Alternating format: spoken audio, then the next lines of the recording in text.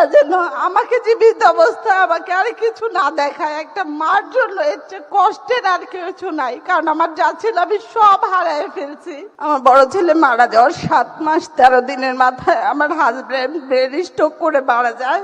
স্বাস্থ্য উপদেষ্টার কাছে 3 বার আমার এই অসুস্থ ছেলেটাকে নিয়ে যেয়ে সারাদিন বসে থাকি কেমো দেওয়ার পরে উনি আমাকে বলে ওনার হাতে কিছু নাই। আমার সন্তানই ট্রিটমেন্ট পায় না, কারণ ও শহীদের ভাই। ইভেন সার্জিদের সাথে আমার 4 বার দেখা হয়, সার্জিস আমার বাসায় পর্যন্ত যায়। আমি সার্জিসকে বলি আমার জিসানের কেমন রেডিও আমি দিতে পারবো, আমার সার্জারিটা একটু বাইরে করায় দাও, কারণ ডাক্তার বলছিল সিঙ্গাপুরে সার্জারি করাইলে ওর জন্য সবচেয়ে বেস্ট হবে। আসসালামু আলাইকুম, আমি শহীদ আব্দুল্লাহ বিন জাহিদের মা ফাতেমাতুল জোহরা। আমার ছেলে শহীদ রমিজউদ্দিনের ফার্স্ট ইয়ারের স্টুডেন্ট ছিল।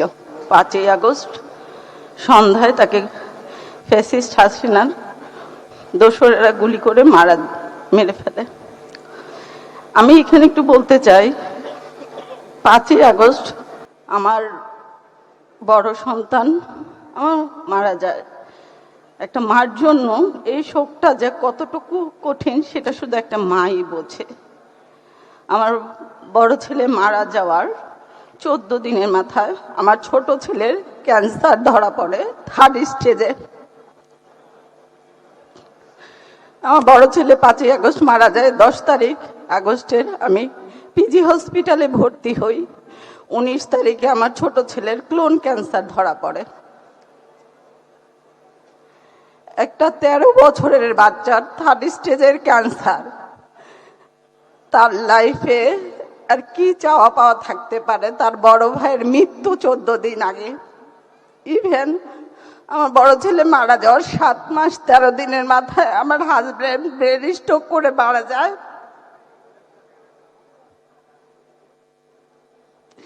2025-এর মার্চের 18 তারিখ 17 রোজায় লাইফের এই পর্যায়ে আমি আমার ছোট ছেলের হারানোর আর কি আছে? আমি এই দুঃসময়ে আমার ছোট ছেলেকে বাঁচানোর লড়াই এতটা অসহায় হয়ে যায় যে আমি তখন তত্ত্বাবধায়ক সরকারের কাছে যাওয়ার পরেও তারা আমার বিন্দু মাত্র সাহায্য করে না।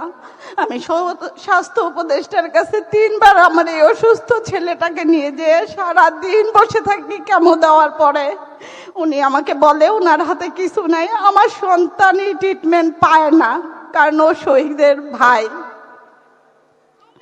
এই খবর কোনোভাবে আমরা বিএনপির পরিবার কাছে পৌঁছায়। আমি শুধু আমার ছেলের 3টা কেমো খুব কষ্ট করে প্রোভাইড করি। 4 নাম্বার কেমো থেকে আল্লাহর রহমতে জনাব তারেক রহমানের পরিবার, আমরা বিএনপির পরিবার আমার পাশে পাই। জীবনে বাঁচার লড়াইয়ে ওনারা আমার ছেলের পাশে আর আমার পাশে কিভাবে ছিলেন হয়তো আমি আপনাদের বুঝাইতে পারবো না। তখন তো আমাদের যাদের ডাকে আমার সন্তান মারা গেছে তারা তো আমার খোঁজ খবর নেয় নাই। ইভেন সার্জিদের সাথে আমার 4 বার দেখা হয়, সার্জিস আমার বাসায় পর্যন্ত যায়। আমি সার্জিসকে বলি আমার জিসানের কেমন রেডিও আমি দিতে পারবো, আমার সার্জারিটা একটু বাইরে করায় দাও, কারণ ডাক্তার বলছিল সিঙ্গাপুরে সার্জারি করাইলে ওর জন্য সবচেয়ে বেস্ট হবে। কারণ এত ছোট বাচ্চা 3rd স্টেজের কেমো তো আমি এমন কোনো দরজায় নাই যে নক করি নাই। কিন্তু আমি বিএমপি যে আমার পাশে পাবো আমার কখনো ওনাদের খুঁজতে হয় না, ওনারা নিজেরা আমার উইলিংলি আমার পাশে ছিলেন। জনাব তারেক রহমান বর্তমানে প্রধানমন্ত্রী, উনি লন্ডন থাকা অবস্থায় আমার জিসানের খোঁজ খবর নেন, ওর জন্য গিফট পাঠান এবং উনি শুধু আমাকে বলেন জিসানকে বলবেন শক্ত থাকে, জিসানের জন্য যা করা লাগে আমি আমার সামর্থ্য অনুযায়ী করব। উনি শুধু মুখে কথাটা বলেন নাই, উনি প্রমাণ করে দেখাইছেন। আমার ছেলে 2টা সার্জারি হয়েছে, গত বছর 8 তারিখ ওর 2nd সার্জারি হয়েছে। রোমান ভাই নিজে হসপিটালে যায় আমার জিসানকে দেখে আসছে। আমরা বিএনপির পরিবারের প্রত্যেকটা সদস্য আমার আর জিসানের পাশে ছিল। আমি উনাদের কৃতজ্ঞতা বলে শেষ করতে পারবো না। আমার বিশ্বাস আমরা যে শহীদ পরিবার আছি ইনশাল্লাহ শুধু সময়ের ব্যাপার, উনারা আমাদের পাশে থাকবেন, আমাদের জন্য ওনারা করবেন। কারণ উনিও তো ভুক্তভোগী, আমরা হয়তো হারাইছি, আমরা বলতে পারছি, উনি বলতে পারে নাই। আমরা যেভাবে ওনাদের পাশে ছিলাম ওনারাও আমাদের জন্য করবেন। ওনাদের কাছে আমাদের শুধু একটাই চাওয়া, আমাদের সন্তানের বিচারটা যেন উনি করে, এতটুকু ওনার কাছে আমি হাত জোড় করে রিকোয়েস্ট করতেছি। ইভেন আমরা যারা শহীদ পরিবার, শহীদ যোদ্ধা আছি তাদের পাশে, তাদের চলাফেরার জন্য, তারা যেন, আমরা যে সন্তান হারাইছি কোনো কিছুর বিনিময়ে হয়তো আমাদের সন্তানকে আমরা পাবো না, কিন্তু আমরা একটু সুন্দরভাবে যেন জীবনযাপন করতে পারি সেই ব্যবস্থাটা করলে আর বিচার করলে আমাদের আর কোনো চাওয়া পাওয়ার নাই। আমি আবারও বলতে চাই, তারেক রহমান আমার পাশে যেভাবে ছিল, রোমান ভাই, মিথুন ভাই, ইভেন আমরা বিএনপির পরিবারের প্রত্যেকটা সদস্য, আজ পর্যন্ত আমি সেকেন্ড অপারেশন করাইছি, প্রায় 1 বছর হয়ে গেছে। আমি হয়তো ফোন দিয়ে বলি ভাইয়া জিসানের এইটা লাগবে, আমার বলতে দেরি, আমার একদিন সময় লাগে ওইটা আমার কাছে পৌঁছায় যাইতে। ইভেন আমি একজন ক্যান্সার রোগীর মা হিসেবে, একজন শহীদের মা হিসেবে আমার হয়তো চিন্তাও করতে হয় না যে কালকে আমার ছেলের কেমো, পরশু রেডিও, আমি কি করব, কারণ আমি একটা সিঙ্গেল মা হিসেবে আমি কিছু করি না।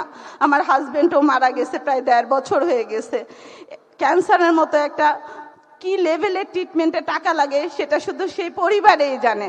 আমার দিন শেষ অন্তত জিসানের ট্রিটমেন্টের জন্য আমার টেনশন করতে হয় না। ইভেন আপনাদেরকে এখনো আমি বলতে চাই, বলাটা উচিত না, মাত্র রোমান ভাই আমাকে জিসানের কথা জিজ্ঞেস করে বলতেছে ওর এই অবস্থা কেন, ওকে এত খারাপ দেখাচ্ছে কেন। আমি বলছি ভাইয়া ক্যান্সারটা আগের চেয়ে একটু বেড়ে গেছে। ভাইয়া বলছে আপনি টেনশন করবেন না, আমরা তো আছি, শুধু ওর পাশে আপনি থাকেন। লাস্টে একটা কথা বলতে চাই, দিন শেষে প্রতিদিন সকাল হয় রাত হয় আমার জিসান শুধু বলে আম্মু ভাইয়া তো আমাদের রেখে চলে গেছে, কিন্তু আমি তোমাকে কার কাছে রেখে যাব, তুমি তো সম্পূর্ণ একা। আমি ওকে বলতে পারি না যে বাবা ইনশাল্লাহ তুমি সুস্থ হয়ে যাবা, বলি আম্মু ইনশাল্লাহ আম্মা আল্লাহ তোমাকে সুস্থ করে আমার কাছে নিয়ে যাবে। আমি সবার কাছে দোয়া চাই আল্লাহ যেন আমাকে জীবিত অবস্থায় আমাকে আর কিছু না দেখায়। একটা মার জন্য এর চেয়ে কষ্টের আর কিছু নাই, কারণ আমার যা ছিল আমি সব হারায় ফেলছি। আসসালামু আলাইকুম।